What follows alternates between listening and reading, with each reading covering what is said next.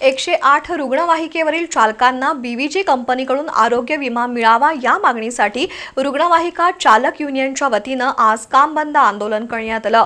108 रुग्णवाहिकेवर काम करणाऱ्या महेंद्र कुडाळकर यांना उपचारासाठी भरपाई म्हणून 25 लाख रुपये मिळावेत या मागणीसाठी कोल्हापूर जिल्ह्यातील 36 रुग्णवाहिका बंद ठेवण्यात आल्या।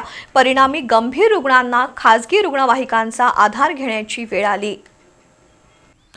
राष्ट्रीय आरोग्य अभियानाअंतर्गत संपूर्ण देशभरात 108 रुग्णवाहिकेची सेवा दिली जाते। 108 या टोल फ्री क्रमांकावर फोन केल्यानंतर अत्यवस्थ रुग्णांना घरातून सरकारी दवाखान्यापर्यंत मोफत पोहोचवण्याची सुविधा आहे।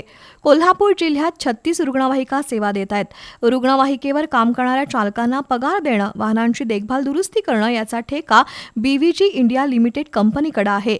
पण रुग्णवाहिकेच्या चालकांना आरोग्य विमा सुविधा मिळालेली नाही। गेली 12 वर्ष 108 रुग्णवाहिकेवर काम करणाऱ्या महेंद्र कुडाळकर यांना 9 सप्टेंबर 2025 रोजी चक्कर आली। त्यांची तपासणी केली असता रुग्णवाहिकेतील इन्फेक्शनमुळे त्यांना मोटोन्यूरॉन हा गंभीर आजार झाल्याचं निदान झालं। कुडाळकर यांनी मदतीसाठी बीव्हीजी कंपनीकडे संपर्क साधला, पण पाठपुरावा करूनही कंपनीकडून 1 रुपयाचीही मदत मिळालेली नाही।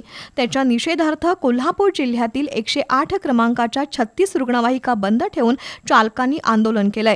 मागणीचं निवेदन जिल्हा शल्यचिकित्सकांना देण्यात आलंय। महेंद्र कुडाळकर यांना बीव्हीजी कंपनीनं वेलफेअर फंडातून 25 लाख रुपयांची मदत द्यावी, बीव्हीजीचे कोल्हापूर जिल्हा व्यवस्थापक महेश जगदाळे यांचं निलंबन करावं, सर्व चालकांची आरोग्य विमा पॉलिसी काढावी अशा मागण्या करण्यात आल्या। रुग्णवाहिका चालकांच्या आजच्या आंदोलनामुळे अत्यवस्थ रुग्णांना दवाखान्यापर्यंत नेण्यासाठी खासगी रुग्णवाहिकांचा आधार घ्यावा लागतोय। या आंदोलनात चालक संघटनेचे जिल्हाध्यक्ष अमित मोरे, मंजित शेख, दिनेश गवळी, ज्ञानदेव मोरे, मंगेश पाटील, संग्राम पाटील सहभागी झाले होते।